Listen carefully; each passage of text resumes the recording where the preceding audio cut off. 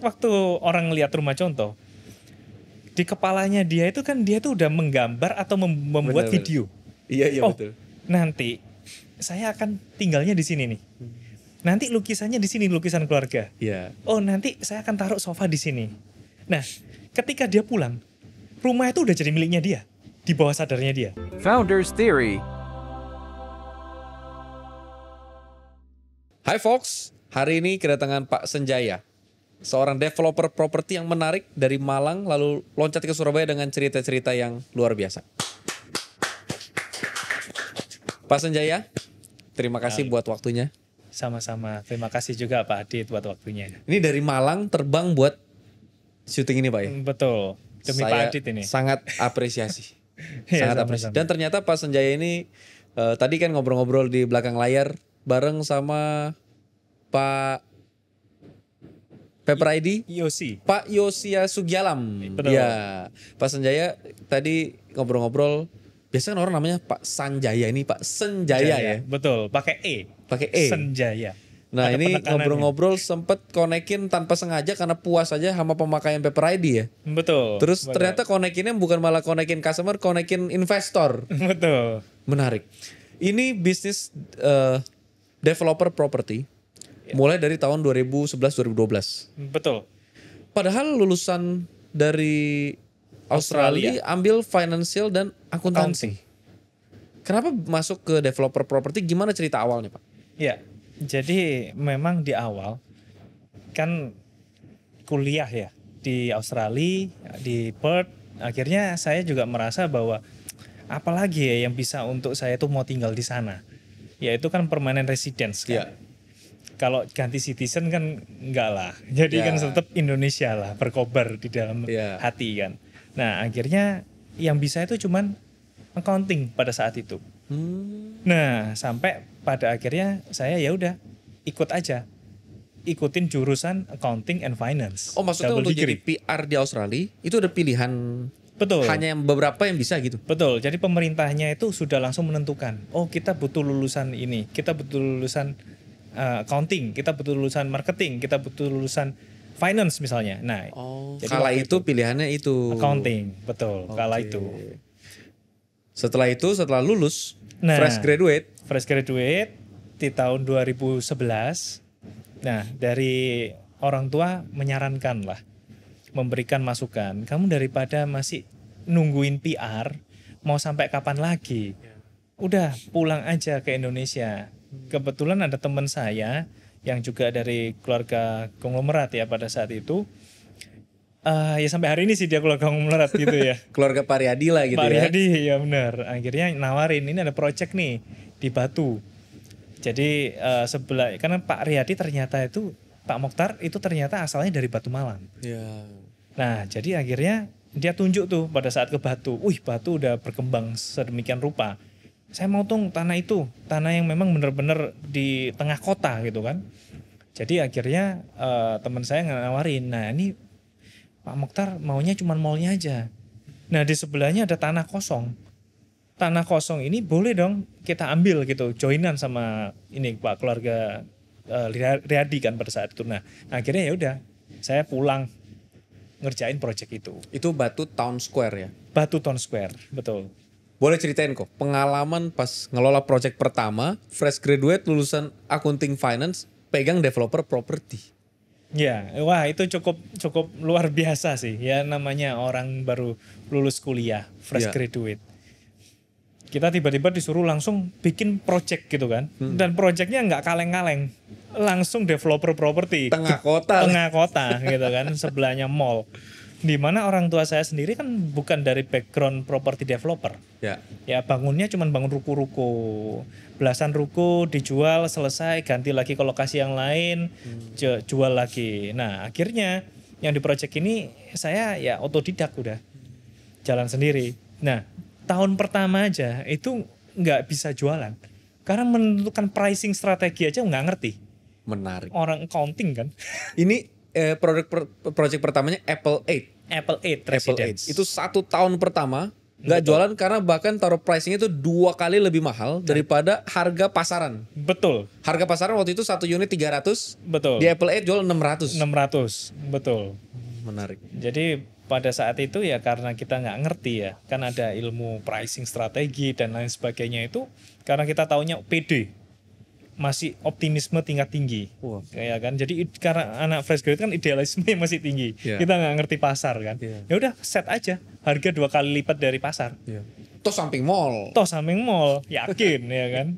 Ternyata setahun nggak jualan, waduh pusing gitu. Operasional jalan terus. Ini biasanya kok cerita itu dimulai orang tuh cuma mau taunya itu hero story. Tapi orang-orang yang paling berhasil rata-rata mereka tuh ceritanya from zero. Ya memang ya kita dengarlah semua Palim Syulyong, Pak Motaryadi juga kalau di mana-mana cerita tuh ya dari nolnya tuh bagaimana. Nah seperti ini mulai dari nol, nggak langsung blus. Karena sekarang proyeknya mungkin udah total ribuan unit, udah kejual sold out semua. Ya itu cerita itu mah gampang. Tapi gimana cerita proyek pertamanya gitu kan? Betul. Nah setelah 1 tahun itu, terus gimana tuh kok? Nah, jadi saya yakin semua itu bukan karena kehebatan saya. Jadi semua itu pasti karena kemurahan Tuhan. Tahun 2012 itu akhirnya ada yang namanya booming property. Booming property 2012. Betul. Nah, di booming property itu tiba-tiba unit yang tadinya nggak laku nih, ada satu pembeli. Satu pembeli. Satu pembeli datang. Udah satu datang, itu pun masih mempertanyakan. Nanyanya nggak enak lagi ya? Nanyanya nggak enak nih gitu kan. Pak, kalau saya beli langsung 2 unit, kira-kira bakal selesai nggak ya Pak ya? Atau bakal ini rumahnya nggak ambruk nggak ya Pak ya? Nah, karena fresh graduate ya kan. Jadi menurut saya wajar gitu. Yeah. Tapi ya karena kemurahan Tuhan, akhirnya dia beli juga dengan harga cash. Karena belinya cash. Yeah. Langsung 2 unit. Nggak ada urusan Nah, cash flow langsung cash tuh langsung pada saat itu. Oke. Nah, jadi kalau saya lihat ya memang semua itu kemurahan Tuhan. Nah, dari situ baru bergulir penjualan-penjualan selanjutnya. Itu dalam 2 tahun pertama, setelah penjualan pertama, itu sold out 150 unit Apple 8. Betul. Langsung semua kita selesaikan dalam waktu 2 tahun, serah terima, semuanya selesai. Menarik. Tapi kan nggak semua project kok di samping mall. Project kedua setelah Apple 8 apa kok? Nah, yang kedua kita tes market yang namanya Metro 8. Metro 8. Itu di Betul. samping mall juga? Enggak, kalau itu lebih kepada kita lihat pegunungan, kita lihat view sawah. Nah, jadi kita juga karena sekalian ya, kan kebetulan itu di kota Batu Malang juga yang dimana terkenal dengan view, pemandangan. Ya. Nah, akhirnya kita coba ke Metro 8 itu dan ternyata sukses juga. Itu nggak sampai setahun. Tahun berapa itu kok? Itu di tahun 2014-2015. Itu kan nggak lagi booming property dong? Ya, Atau masih masuk booming property? Sebenarnya sisa-sisa dari booming property ya, dari 14-15 itu. Jadi ya puji Tuhan sekali lagi, karena kemurahan Tuhan juga akhirnya ya kita bisa selesaikan proyeknya dengan cepat. Itu dan Metro selesai. 8 itu rumahnya kisaran berapa unit satu perumahan itu kok? Kita kisarannya sih pada saat itu jualnya di angka 700 sampai 800 juta lah. Jumlah unitnya? Jumlah unitnya waktu itu nggak banyak, jadi cuma 15 unit aja. 15 unit. Betul. Tapi itu tidak di perumahan tuh ya? Tidak di Itu perumahan. Metro 8. Kita masuk ke dalam. Ya itu juga proyek pertama saya yang nggak di sebelah mall, kita masuk Di samping ke dalam. sawah malah? Sawah. Jadi tadi di samping mall, Ini samping sekarang sawah. bukan samping sawah ya? Betul. Dan selesai juga. Emang demen tantangan ya? Iya, Tapi mungkin. yang ini 1 tahun pertama udah selesai langsung. Langsung selesai. Karena dapat pengalaman yang lalu. Betul. Apa yang berubah dari pas project Metro 8 sama Apple 8? Yang pasti kita mencoba, kan properti kan terkenal dengan kata lokasi, lokasi, dan lokasi. Iya. Gitu kan. Nah, banyak ya mungkin karena Tuhan juga ya, banyak orang berpikir bahwa saya ini kalau di properti itu tangannya dingin katanya. Jadi memang apa yang saya touch, lokasi mungkin nggak berada di samping mall. Tapi sampai hari ini ketika saya pegang memang bisa sampai sold out juga. Menurut Nah, kamu itu sih. karena lebih ke konsep. Oh ini oke, itu kalau blessing dari yang di atas itu pasti itu pasti. Tapi kalau sesi yang bisa kita lihatnya itu apa karena memang konsep perumahannya selain lokasi, apakah memang karena kok jual harganya harga bagus atau seperti apa sih? Kalau saya lihat memang ada semua sisi. Jadi karena kita belajar gitu kan. Jadi apa yang saya lakukan di Apple 8 yang kurang baik, saya pasti akan perbaiki dong. untuk ke depan. Jadi mulai dari pricing strategi, kualitasnya, cara kerjanya, konsepnya, semua akhirnya satu persatu kita improve. Nah, dari situlah akhirnya kita bisa melakukan ya tadi, berubah dari yang tadi di Apple 8, walaupun kita masuk ke metro itu tidak di tengah kota atau di pinggir mall, tapi juga sold out. Karena ya kita jual sesuatu konsep yang memang mungkin bagi orang pada saat itu, wih kapan lagi bisa punya villa di tengah sawah, ya kan, dan bisa lihat langsung view pegunungan. Nah itu sih. Menarik. Setelah Metro 8, proyeknya apa kok? Nah, akhirnya saya mencoba lagi ya di Kota Malang waktu itu bersama dengan partner juga sih, dengan partner dari teman mama saya, Andalan Square namanya. Andalan Square. Betul. Nah, kalau Andalan Square itu memang kita bangunnya ruko. Ya, seperti pada saat basicnya dari orang tua ya, kan bangun ruko. Akhirnya saya masuk juga ruko, tapi belakangnya itu semua perumahan. Nah, itu dekat universitas lah di Kota Malang. Apa suka duka dan perbedaannya jualan perumahan biasa sama ruko dan perumahan kalau di Malang? Nah, bedanya gini, kalau kita ngomong di Kota Batu, kita bisa bilang kita top 3. Nah, begitu masuk Malang itu sudah persaingan juga cukup banyak gitu ya. Nah, akhirnya saya harus melakukan banyak sekali istilahnya perbaikan maupun juga inovasi dan kreativitas agar bisa bersaing di market. Itu yang kita lakukan untuk di Kota Malang, sehingga itu yang membedakan sih sebetulnya. Boleh gak diceritain contohnya kok? Apa kreativitas yang waktu itu di Andalan Square yang kok rasa salah satu yang notable, yang masih kok ingat sekarang, yang membantu itu proyek itu bisa berjalan baik? Nah, kalau dulu pada saat pertama kali itu rata-rata kita start from product, bukan start from customer. Dulu tuh ya? Dulu tuh.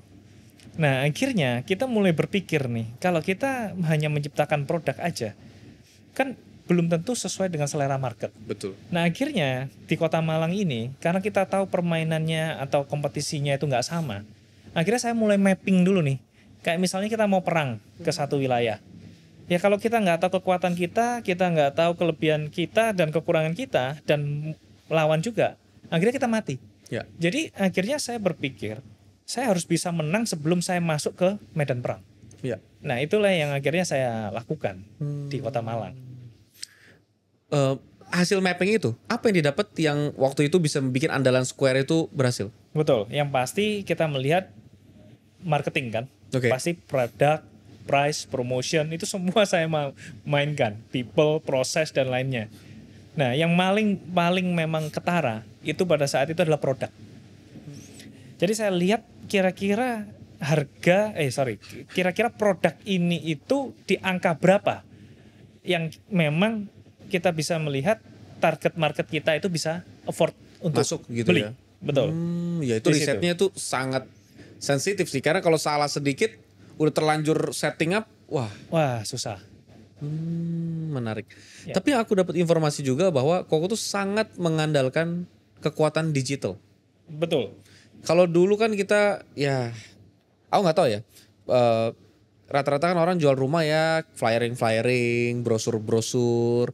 Ada orang jaga-jaga di mall, exhibition. Tapi Koko berapa persen dari digital? Nah, itu start pada saat saya maju sedikit di project Kings Park 8 itu.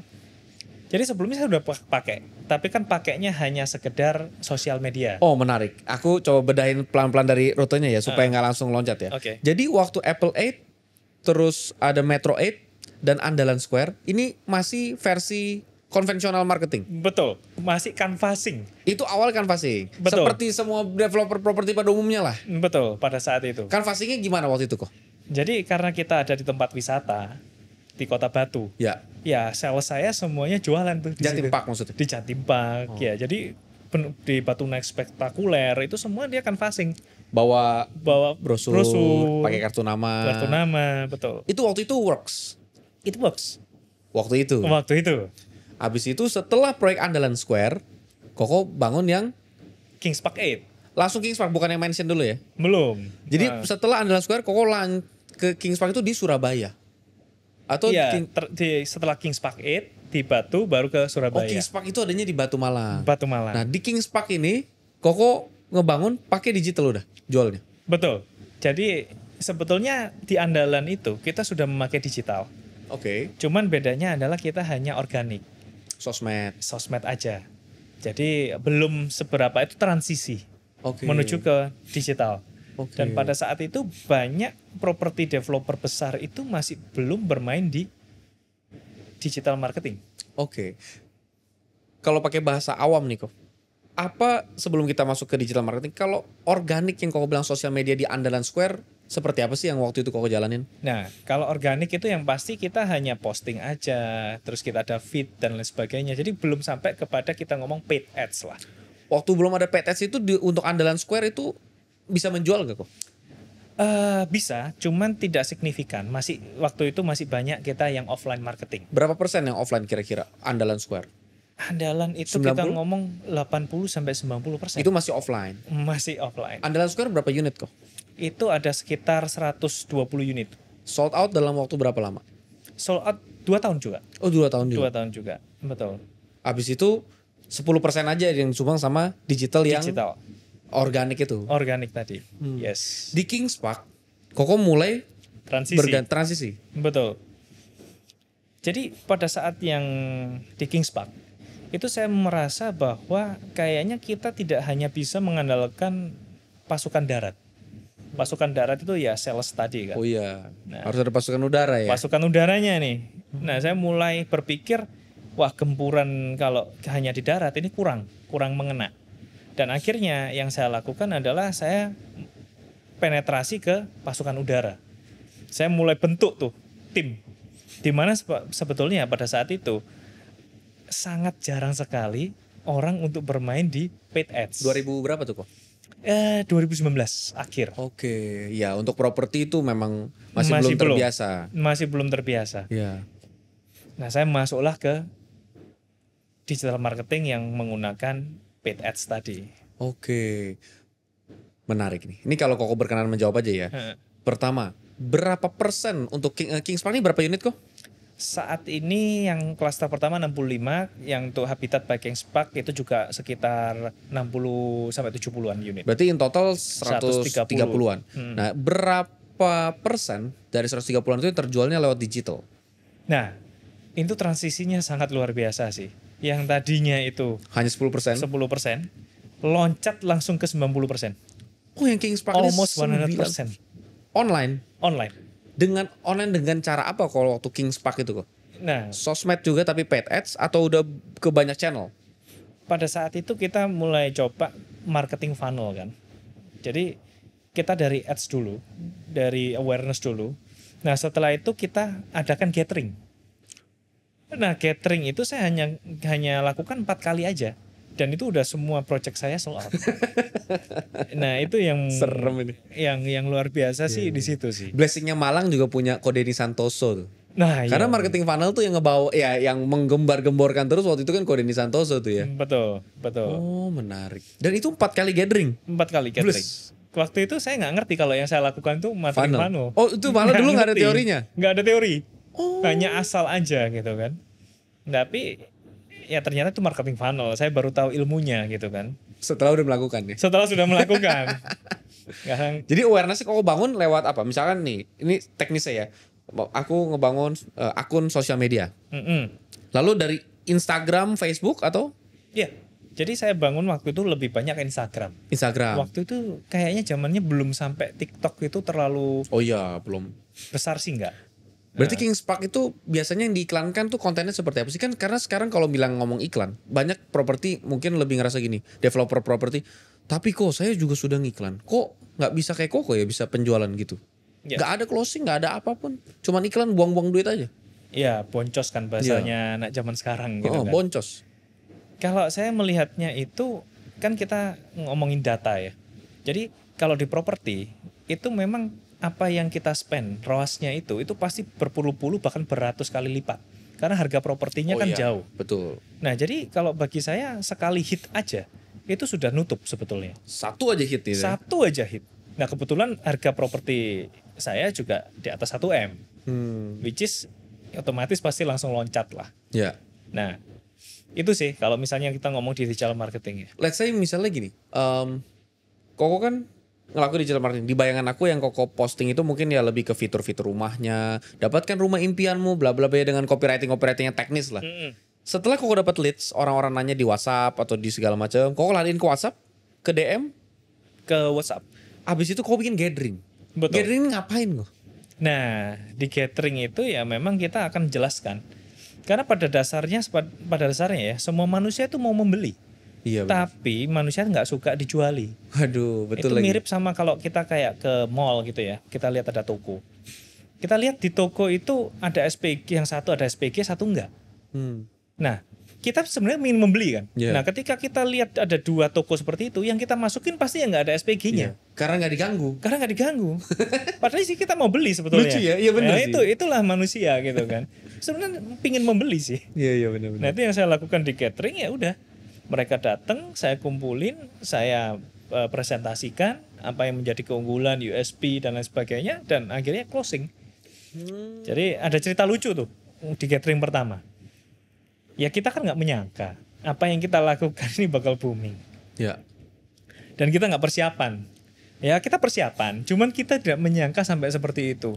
Jadi catering pertama saya di properti itu udah bener-bener kayak di pasar. Jadi satu dengan yang lain tuh saling tunjuk. Itu properti saya gitu kan. Suasananya hot banget. Oh. Dan sampai admin saya juga bingung gitu kan. Karena semua pada nunjuk gitu kan. Oh, maksudnya dia mau beli unit yang ini, Betul, yang ini gitu. Karena kita nggak prepare. Kita kira bakal ya istilahnya sesuatu yang normal, calm down gitu. Peserta berapa waktu itu kok?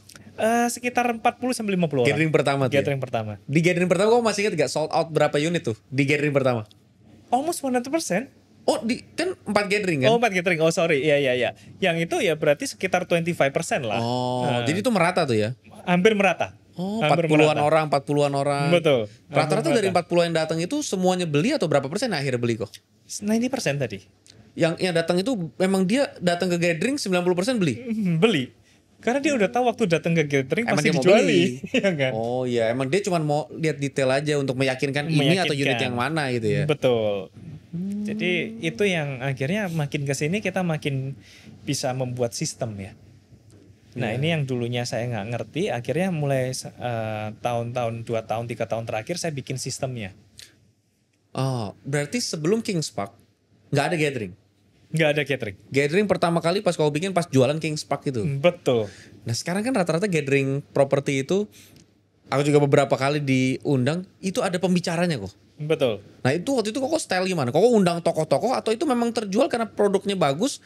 Maksudnya unitnya oke, terus Koko aja yang jual, sales yang jual? Atau waktu itu memang ada tokoh pembicaranya siapa yang memotivasi buat beli gitu? Nah kebetulan waktu itu saya sendiri. Jadi nggak ada tokoh motivasi.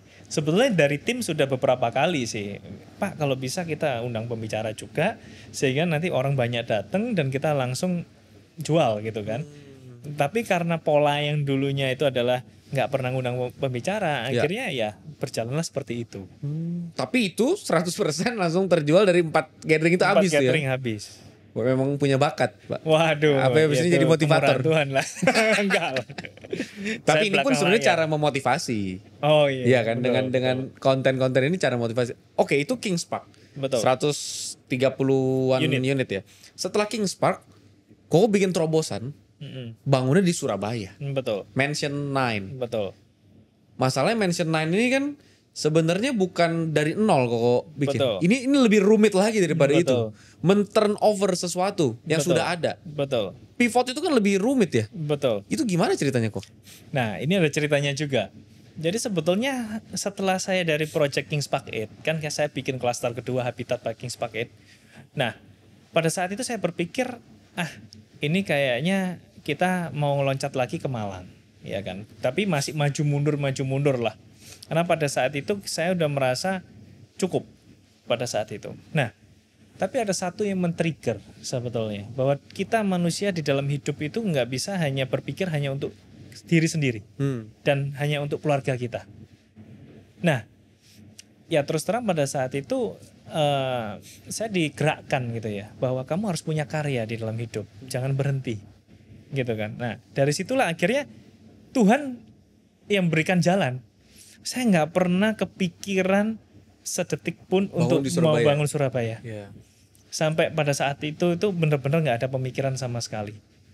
Nah, tapi Tuhan buka jalan. Nah, ketika Tuhan buka jalan itu, saya percaya nggak ada seorang pun yang bisa tutup. Nah, akhirnya setelah melalui proses due diligence, dan due diligence-nya itu mungkin cuma 2 bulan, 3 bulan loh. Baru saya masuk ke Surabaya. Nah, itulah yang saya yakin bahwa jalan Tuhan itu tidak terselami. Jadi betul-betul murni, sekali lagi Tuhan berikan satu kebaikan, kemurahan yang tidak pernah saya pikirkan, tidak pernah saya doakan juga ke Kota Besar. Menarik. Mansion 9 itu berapa unit kok? Total kalau kita lihat dari tahap 1 dia mungkin sudah ada 400-an unit ya. Waduh, itu bahkan kalau secara total unit aja jauh lebih besar daripada yang kau bangun di Malang. Betul. Dan ini di Surabaya, di mana ya bahasanya mungkin kau dihimpit sama raksasa lah. Betul. Di situ developernya bukan main-main, itu developer nasional, multinasional mungkin. Betul banget, betul banget. Jadi gimana bisa survive di tengah begitu kok? Nah, justru itulah yang memotivasi saya. Karena bagi saya gini, ketika semua developer itu berkumpul di satu area, dan ini bukan istilahnya developer yang biasa kan, mereka kan udah top 5 lah kita ngomong di Indonesia di situ kan, udah semua brand-brand besar di Surabaya Barat. Iya. Nah, saya berpikir diri saya ini kayak David lawan Goliath. Iya kan? Iya. Jadi benar-benar ya kita harus kreatif. Kita harus inovatif. Apa yang tidak dikerjakan oleh mereka, kita kerjakan. Contohnya apa kok? Misalnya kita ngomong kualitas bangunan. Oke. Dari awal founder dari Mansion 9 itu udah ngomong zero complaint. Zero complaint. Zero complaint. Menarik. Dan itu bagi saya sesuatu yang memang harus saya pertahankan. Jadi saya juga melihat bahwa zero complaint itu menjadi satu poin di mana tidak semua developer itu berani memberikan garansi itu. Dan kita berikan garansi itu. Kualitas. Menarik. Zero complaint. Zero complaint. Iya. Dan itu terrealisasi. Iya, menarik. Dari tahap 1, tahap 2 pasti ada orang-orang yang memang sama sekali nggak ada komplain. Sekarang gini kok. Oke lah. Marketing itu udah satu hal yang rumit dan berat untuk properti. Yes. Pembangunannya sendiri itu rumit. Betul. Operasional bisa membangunnya itu ya, itu nggak semua orang ngerti. Permasalahannya adalah orang misalkan DP sekian, cicilan sekian, tapi kan dia nyicil, itu rumah udah jadi kok. Duit siapa yang dipakai buat ngebangun rumahnya dari awalnya? Artinya itu kan harus ada kecerdikan finansial. Betul. Harus ada cara mengatur cash flow, kalau enggak bayangin rumahnya udah jadi kita masih ngangsur. Kalau angsurannya 60 kali aja 5 tahun gitu kan. Betul. Nah itu cash flow-nya mati tuh 5 tahun. Orang mah TOP paling banter 45 hari 3 bulan lah. Betul. Ini bisa 3 tahun baru. Padahal kan gajian semua udah di depan mata. Betul. Itu gimana ceritanya kok? Nah, disitulah yang saya bilang bahwa kita berkembang. Jadi saya yang 10 tahun lalu, 5 tahun lalu, dengan saya yang hari ini dan bahkan ke depan itu pasti berbeda. Ya. Karena setiap manusia, kita semua di tempat ini, itu pasti semuanya itu berkembang dong. Ya. Kita tiap hari, bahkan 1 jam yang lalu dengan saat yang hari ini sekarang aja itu udah pasti beda. Ya. Karena tadi saya udah ngobrol dengan Pak Adit kan. Ya. Nah dari Pak Adit udah memberikan saya beberapa insight juga. Nah itu udah beda. Jadi ya memang kalau kita ngomong tadi cicilannya seperti apa dan lain sebagainya tadi, itu dulu itu kita nggak ngerti. Akhirnya kita yang berusaha dengan uang kita sendiri Ya. untuk kita bangun sampai selesai. Ya. Proses pembangunan, dan itu sangat-sangat susah bagi developer. Ya. Nah, dan akhirnya kita sudah mulai mengerti yang namanya ilmu.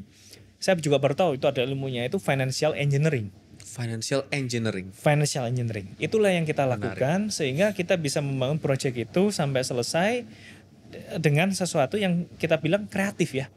Kreatif financial. Menarik. Nah, jadi bukan gini, kreatif itu bukan hanya milik orang marketing.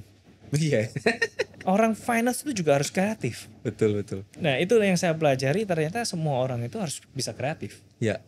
Menarik. Karena kalau ini boleh di-spill, dulu rata-rata tanah ya udah itu tanah milik sendiri gitu ya. Betul. Pokok beli tanahnya baru dibangun, dan itu heavy cost. Yes, heavy asset juga.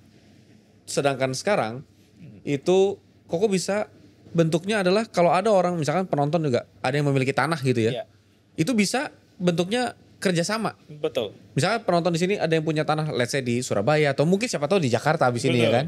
Ada yang punya tanah, terus masalahnya gini, dia nggak ada dana dan nggak ada pengertian untuk ngebangun ini jadi sesuatu. Ya pokoknya dia punya tanah aja, mungkin tanah peninggalan orang tuanya. Ya udah ini tanah terus mau diapain juga bingung, dibangun juga khawatir. Gimana kalau saya bangun terus saya nggak ngerti? Betul. Terus ini saya harus apa? Saya jual juga, jual ke siapa? Jualnya gimana? Harganya juga ya jelek lah kalau cuma jual tanah doang gitu misalnya. Itu bisa kerjasama gitu ya kok? Betul. Sebetulnya itu sangat bisa. Karena bottleneck developer itu cuma dua. Yang pertama adalah land bank. Oke. Dan yang kedua itu adalah penjualannya. Oke. Nah, selama kita bisa solve the problem dua ini, itu akan developer itu akan running. Sisanya hanya tinggal operation. Nah, dua ini gitu kan. Jadi sebetulnya kalau tadi untuk kerjasama kita sangat open karena bahkan dulunya kita semua sistem konvensional membeli. Nah, mulai dari yang Surabaya dan selanjutnya untuk ke depan kita sudah mulai melakukan yang namanya joint venture. Nah, itu sih. Berarti kalau misalnya di sini penonton ada yang punya aset tanah, itu apakah ada minimal supaya Koko oke, saya mau tapi minimalnya 50 hektar atau berapa minimalnya biasa kok? Jadi kalau dari kita itu biasanya kita minimal 1 hektar. 1 hektar. Betul. Jadi karena proses perizinan dan lain sebagainya itu sebenarnya sama aja. Jadi sekalian aja. Karena kalau terlalu kecil capek juga. Betul. Marketingnya juga sama. Kita gedein brandnya dan lain sebagainya kan juga di satu produk tersebut ya. Atau klaster tersebut. Minimal 1 hektar, punya tanah minimal 1 hektar. Kalau sekarang Koko lagi scouting apa di Surabaya atau terbuka juga kalau di luar Surabaya? Ya, kita terbuka sih. Jadi memang kita beberapa tim sudah kita persiapkan. Karena kita ada target juga. Jadi 5 tahun itu kita mau coba IPO. 5 tahun? 5 tahun, betul. Jadi kita udah set the target, set the vision, dan kita mau coba kejar itu. Menarik. 2029. Betul. Sudah melantai di bursa nih. Betul. Menarik. Ini berarti kalau ada orang punya aset tanah 1 hektar, dia apakah perlu keluar dana lagi atau ya udah aset tanah itu aja? Ya, kalau konsepnya adalah dia udah nggak perlu lagi keluar dana. Jadi shares-nya dia ya berdasarkan dari tanah tersebut. Koko yang akan injek dana, malah dana itu dipakai buat pembangunan. Betul, untuk semuanya, untuk marketing office, operasional, legal, dan semuanya itu dari kita semua. Oke. Lalu setelah Koko bangun, Koko juga yang jualin. Pokoknya dia nggak usah pusing, itu udah kejual jadilah gitu ya. Betul. Jadi istilahnya dia tinggal terima laporan dan udah beres, dia terima dividen. Seperti itu sih. Menarik. Konsepnya ya. Menarik. Kalau sekarang yang sekarang banget lagi jalan proyek apa sih kok? Yang sekarang banget lagi jalan tuh di Mansion 9. Mansion 9 itu. Mansion tahap ke berapa nih udah? Udah tahap ketiga sekarang. Tahap ketiga ini ngebangun berapa unit kok? 120-an unit sih. Unit tambahan dari yang sebelum-sebelumnya dibangun itu ya? Betul, tambahan. Jadi kita mainnya memang kita batasin nggak lebih dari 1,5 hektar lah. Oh, 120 unit itu? Sekitar 1,5 hektar. 1,5 hektar. Berarti setiap fase rata-rata segitulah gitu ya? Betul. Jadi kita batasin. Pertimbangannya di finance-nya atau di marketingnya kok? Apa di operasional malah? Di marketingnya sebetulnya. Karena gini, semakin banyak kita jual, barangnya nggak limited, orang akan berpikir, wah udah nanti aja masih banyak nih tanahnya. Nggak ada FOMO-nya. Kita memang ya mainkan di marketing juga untuk hal tersebut sih. Saran Koko buat misalnya di sini ada yang agen penjualan propertinya, mungkin di daerah Kalimantan, di mana dia agen penjualan properti, strategi marketing yang ideal biasanya gimana sih kalau pakai? Apakah ada fase-fasenya? Apakah ada harga harus naik sekian persen dalam setiap fase atau gimana sih kok? Oke, kalau bagi saya hampir semuanya itu sama ya. Kita ngomong produk kan, kita ngomong layanan. Nah, ya memang yang pertama itu adalah kita harus mengerti dulu apa yang customer mau. Apa yang customer inginkan. Jadi kita nggak melebar tuh. Nah, sehingga ketika kita udah tahu apa yang diharapkan, apa yang dia mau, apa yang memang dia itu khawatirkan, kita harus bisa jawab itu. Jadi itu strategi yang saya ngomong itu empathy kan. Empathy marketing gitu kan. Ya. Jadi selain daripada kita harus push jualan, tapi juga kita harus mengerti dari sisinya customer dulu, win dulu gitu, menang dulu lah. Jangan-jangan dia tuh bukan tentang harga unitnya, jangan-jangan dia lebih ke akses rumah sakit. Mungkin itunya yang harus ditonjolkan. Ya, kalau kita ngomong properti ya, spesifik properti, it's very very very emotional buying. Oke.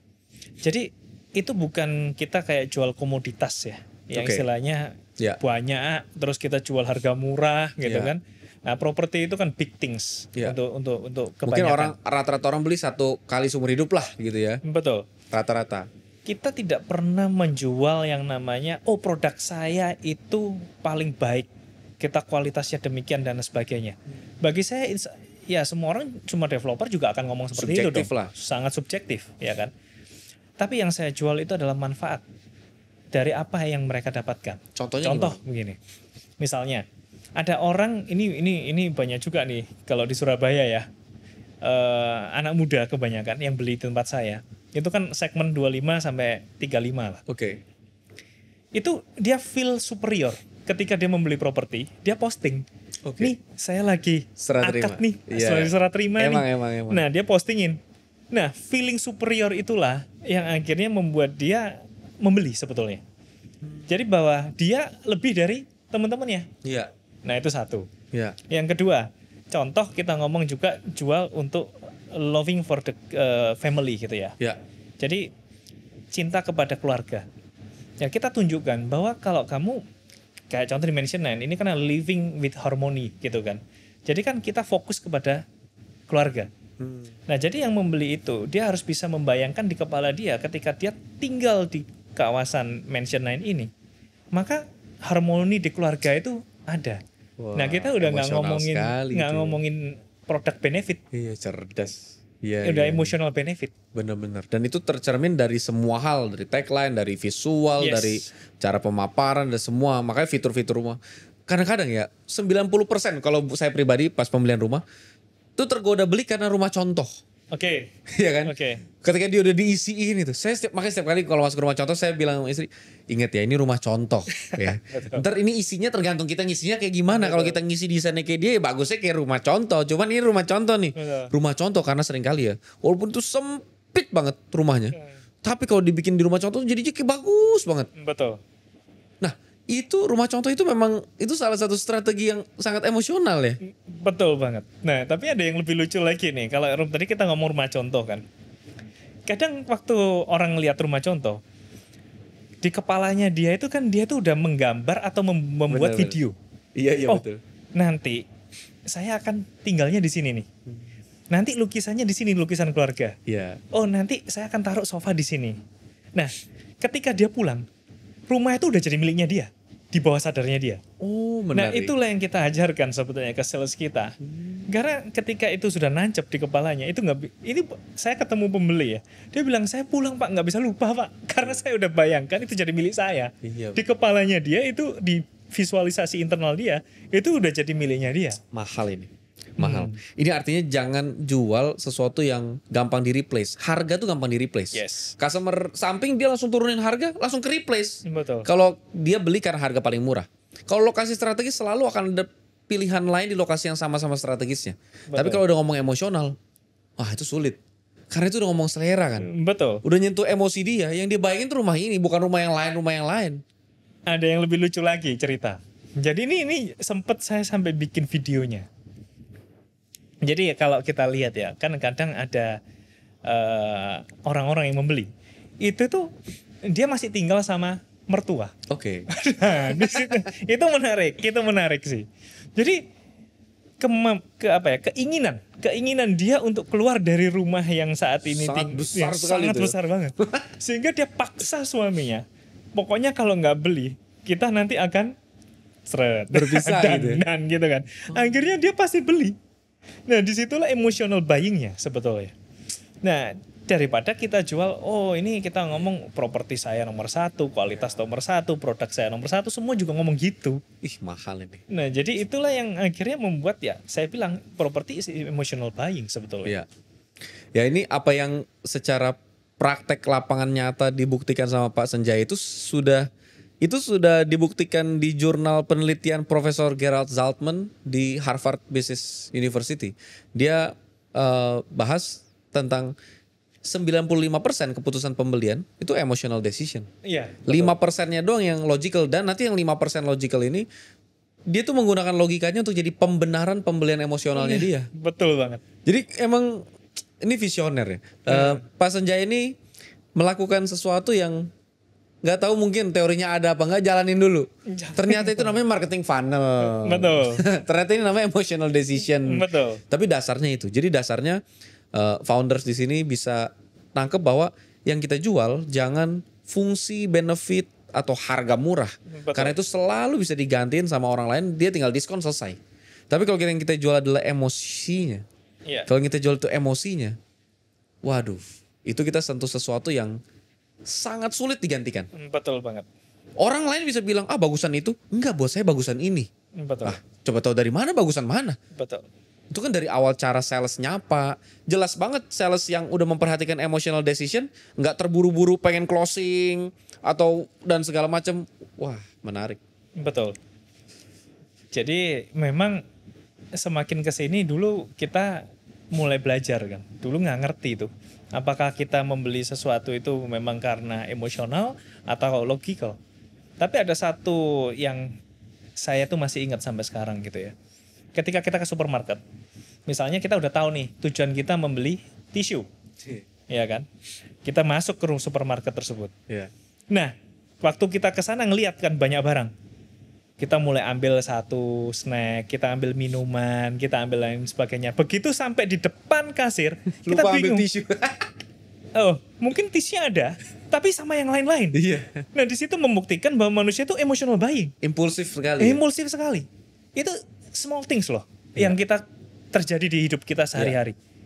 Apalagi kan di supermarket udah taruhin ini yang gampang-gampang diambil nih. Nah, jadi udah diambil kan gitu kan. Iya. Nah, itulah memang ya kita ngomongin juga marketing penting juga sih. Iya. Tapi balik lagi tadi, marketing itu marketing aja udah rumit. Legalitas apalagi.